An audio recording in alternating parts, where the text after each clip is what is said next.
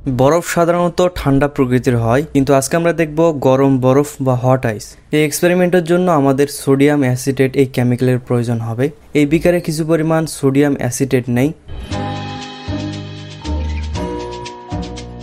এরপর এতে সলভেন্ট হিসেবে সামান্য পরিমাণ পানি যোগ করি। এবার এই সলিউশনকে তাপ দিতে হবে। তো আমি তাপ দেওয়ার জন্য এরকম একটি সেটআপ বানিয়ে নিয়েছি।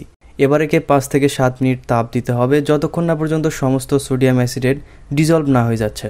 এখন এই গরম সলিউশনকে 1 ঘন্টা এইভাবেই ছেড়ে দেব ঠান্ডা হওয়ার জন্য, তবে ধীরে ধীরে ঠান্ডা করব। এখন দেখুন ম্যাজিক, সামান্য পরিমাণ সোডিয়াম অ্যাসিটেটের ক্রিস্টাল এর মধ্যে দেওয়ার সাথে সাথে দেখুন কত দ্রুত লিকুইড সলিউশন বরফে রূপান্তরিত হচ্ছে।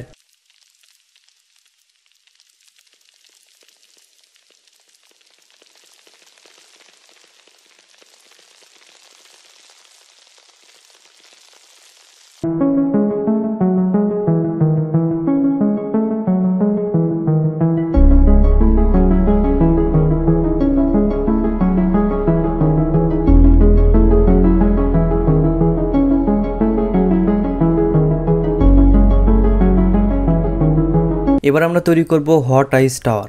এখানে আবারও সামান্য পরিমাণে সোডিয়াম অ্যাসিটেটের ক্রিস্টাল নিলাম। এরপর এর উপর সোডিয়াম অ্যাসিটেটের সলিউশন ঢালার পর দেখুন আইস টাওয়ার তৈরি হচ্ছে, সেই সাথে প্রচুর পরিমাণ হিটও রিলিজ হচ্ছে।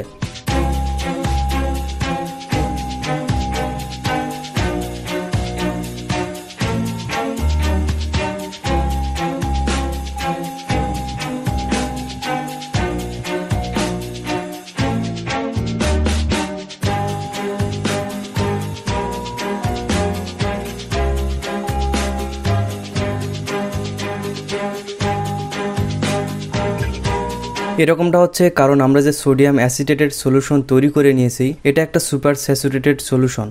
আমরা চাইলে এগুলোকে আবার তাপ দিয়ে ডিজলভ করে এই এক্সপেরিমেন্টগুলো রিপিট করতে পারি। তো এই ছিল আজকের মতো ভিডিওটি কেমন লেগেছে এটা অবশ্যই কমেন্ট করে জানাবেন।